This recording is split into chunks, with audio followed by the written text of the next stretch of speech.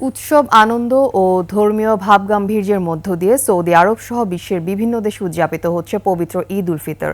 মধ্যপ্রাচ্যে সৌদি আরব, আরব আমিরাত, Kuwait, Yemen, Bahrain ও ফিলিস্তিনে এরই মধ্যে ঈদের আমেজ ছড়িয়ে পড়লেও Oman, Iran, Jordan, Syria, Iraq সহ বেশ কয়েকটি দেশে কাল উদযাপিত হবে ঈদ। এছাড়া ভারত, পাকিস্তান, ইন্দোনেশিয়া ও মালয়েশিয়া আগামীকাল ঈদ উদযাপন করা হবে। দুলি মল্লিকের ডেস্ক রিপোর্ট। ভোরের আলো ফুটতেই নতুন পোশাকে শিশু, বৃদ্ধ সহ সব বয়সীরা জড়ো হতে শুরু করে ঈদের নামাজ আদায়ের জন্য। সময়ের হিসাবে সবার প্রথমে অস্ট্রেলিয়ায় শুরু হয় ঈদ উদযাপন। নামাজ আদায় শেষে আনন্দে মাতে শিশুরা। মধ্যপ্রাচ্যে ধর্মীয় ভাবগাম্ভীর্যের মধ্য দিয়ে শুরু হয় ঈদ উদযাপন। সৌদি আরব, আরব আমিরাত, কুয়েত, ইয়েমেন, বাহরাইনে এরই মধ্যে ছড়িয়ে পড়েছে ঈদের আনন্দ।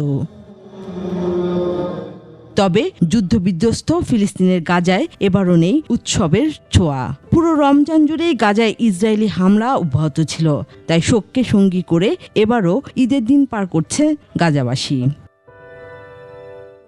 মধ্যপ্রাচ্যের পাশাপাশি আফ্রিকার নাইজেরিয়ায়ও উদযাপিত হচ্ছে ঈদ উল ফিতর।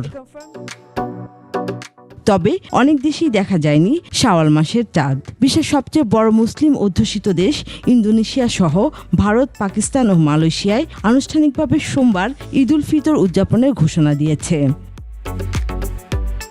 ঈদে জামাতে নামাজ আদায়ের বিষয়টি সব দেশেই প্রচলিত থাকলেও আনন্দ আয়োজনে বিভিন্ন দেশে রীতিনীতি অনেক ক্ষেত্রেই আলাদা। দুলি মল্লিক, ডেস্ক রিপোর্ট, 21 টেলিভিশন।